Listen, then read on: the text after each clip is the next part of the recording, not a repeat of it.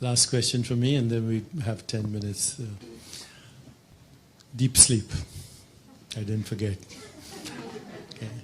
And its connection to what we call death. Well, most people believe that deep sleep is the absence of awareness. I would suggest it is the awareness of absence. Does everybody please think about that sentence? Can you repeat that sentence? Normally we think that awareness disappears in deep sleep. In other words, that deep sleep is the absence of awareness. I would suggest that everything apart from awareness disappears in deep sleep. The activity of the mind, the body and the world disappear, and that awareness remains. In other words, the deep sleep is not the absence of awareness, but the awareness of absence.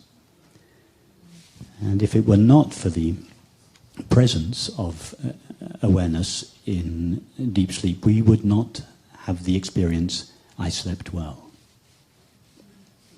If awareness, that is our essential self, were to disappear in deep sleep, we would become non-existent in deep sleep. In other words, we would all be terrified of falling asleep at night, because we would feel that every night we went to our death.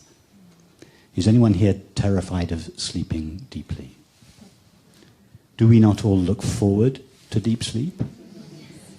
We look forward to deep sleep because we cease to exist there? No, if we ceased to exist in deep sleep, we would be terrified of the experience. We love the experience. We look forward to it. We look forward to it precisely because in deep sleep, everything apart from ourselves leaves us. Our activities, our relationships, our thoughts, our feelings, our activities, and we are left all alone with ourselves. And that is why it is peaceful there, because we are all alone without any activity. And the nature of ourself, in the absence of the activity of the mind, is peace. And we experience that every night when we fall asleep, and that is why we all look forward to falling asleep. So is deep sleep kind of going back to infinite consciousness? Well, it's not going back to infinite consciousness because we never cease to be infinite consciousness, but it is like an unveiling. Let's use the analogy of the screen in the movie, but in this analogy, consciousness it's not like a screen that is being watched by someone sitting on a sofa. Consciousness is like an aware screen that has the ability to watch the movie that is playing upon it. So the movie of experience is like a colouring of the screen of consciousness.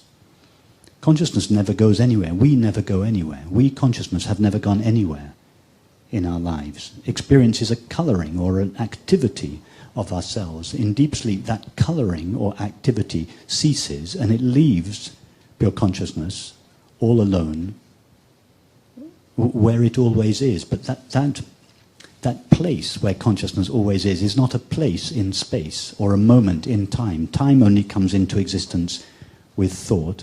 Space only comes into existence, or apparent existence, with perception. So time and space have no existence independent of the mind. They are the activity of the mind.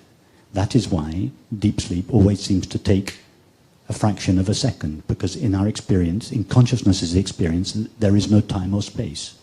Time and space only come into apparent existence with the activity of thought and perception.